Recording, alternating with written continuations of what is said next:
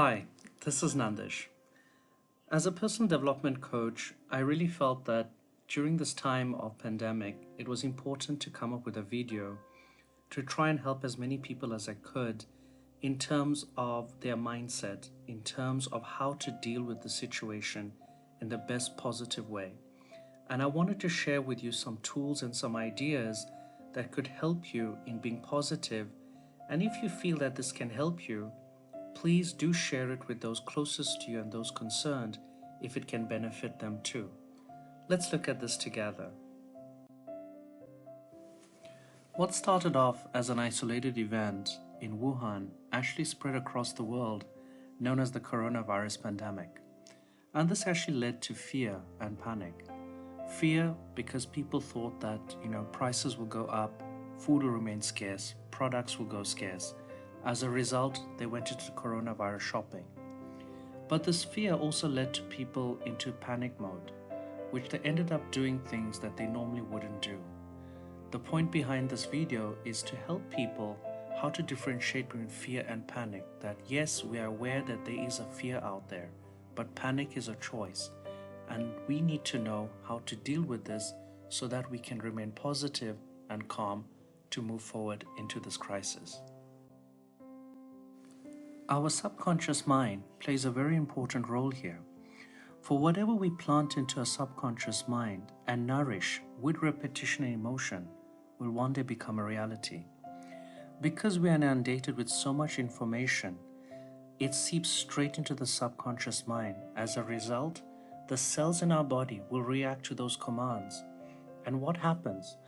If you start to put fear into the mind, especially a subconscious mind, those cells do not know the difference between what is real and what's a fantasy.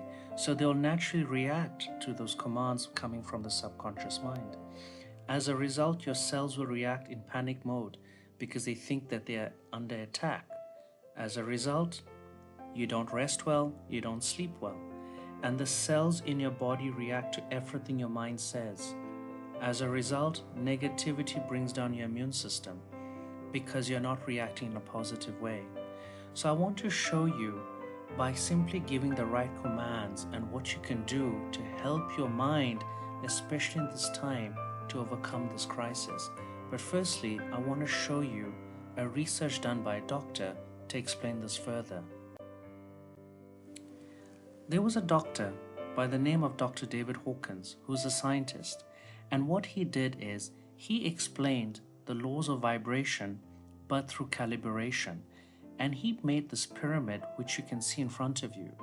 And the pyramid shows emotions as they are calibrated according to the frequency that you exhibit. So as a result, if you look at the base of the pyramid, and if you have the emotions, let's say for example shame or guilt, you will start to resonate at 20 or 30 hertz, which is very low. But what happens is that people who resonate at such emotions often want to experience higher emotions, but it's not going to happen. If a person who has shame or guilt, but he wants joy to appear in his life, well, it's not going to happen, because emotions that vibrate at lower frequency can never attract emotions of higher frequency. And that's basically the law of vibration.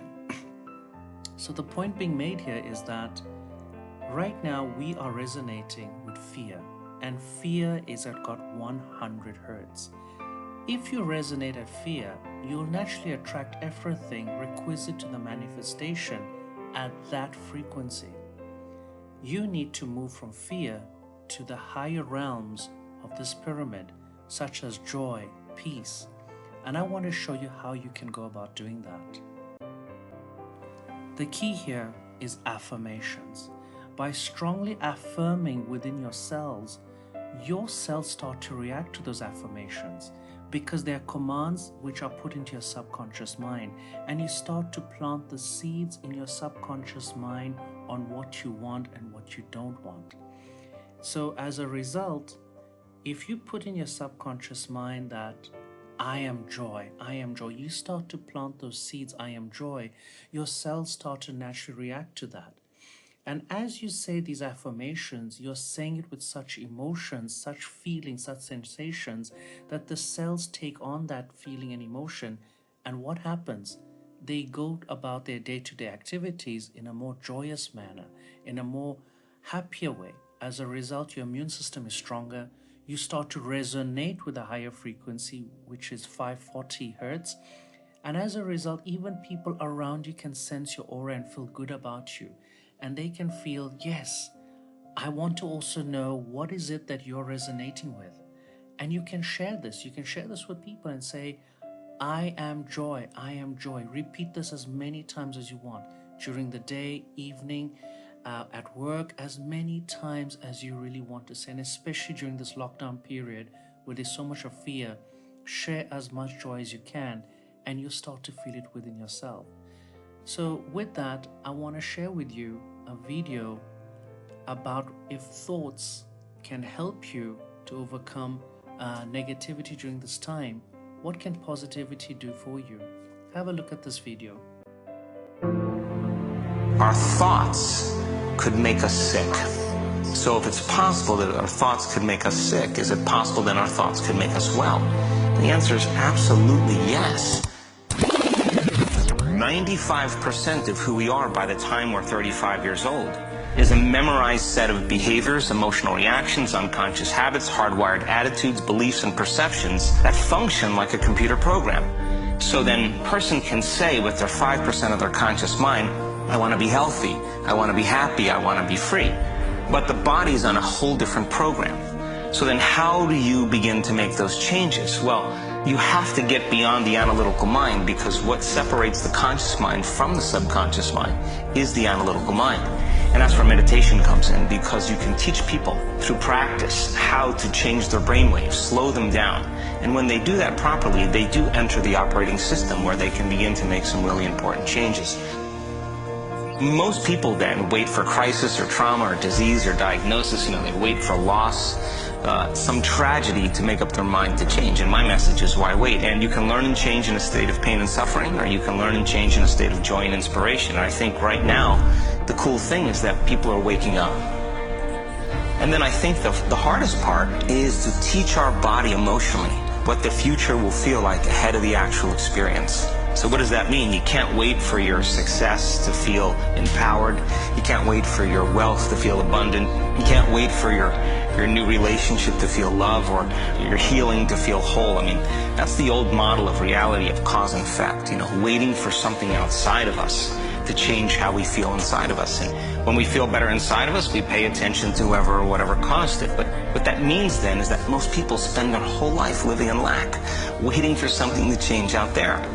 The moment you start feeling abundant and worthy, you are generating wealth. The moment you're empowered and feel it, you're beginning to step towards your success. The moment you start feeling whole, your healing begins. And when you love yourself and you love all of life, you'll create an equal. And now you're causing an effect. And I think that's the difference between living as a victim in your world, saying, I am this way because of this person or that thing or this experience. They made me think and feel this way.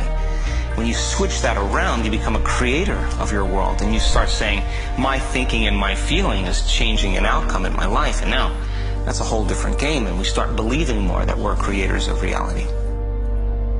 It's a scientific fact that the hormones of stress downregulate genes and create disease, long-term effects.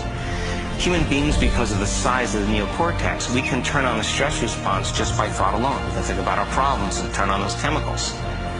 That means then our thoughts could make us sick. So if it's possible that our thoughts could make us sick, is it possible that our thoughts could make us well? And the answer is absolutely yes.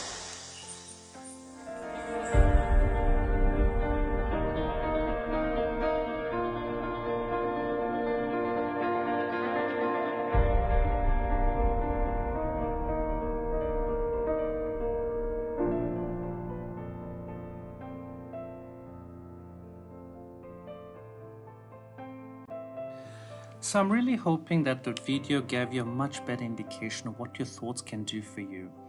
And if this video gave you an idea of how to be in this period of pandemic, then please I would ask you to share this so that others can benefit also. So I'd like to end this video by simply saying to you, affirm, keep affirming and feel that affirmation. I am joy, I am joy, and keep saying it to yourself till you feel good, great, and your cells react to that. So with that, I wish you all a safe and a wonderful day. Take care. Thank you very much.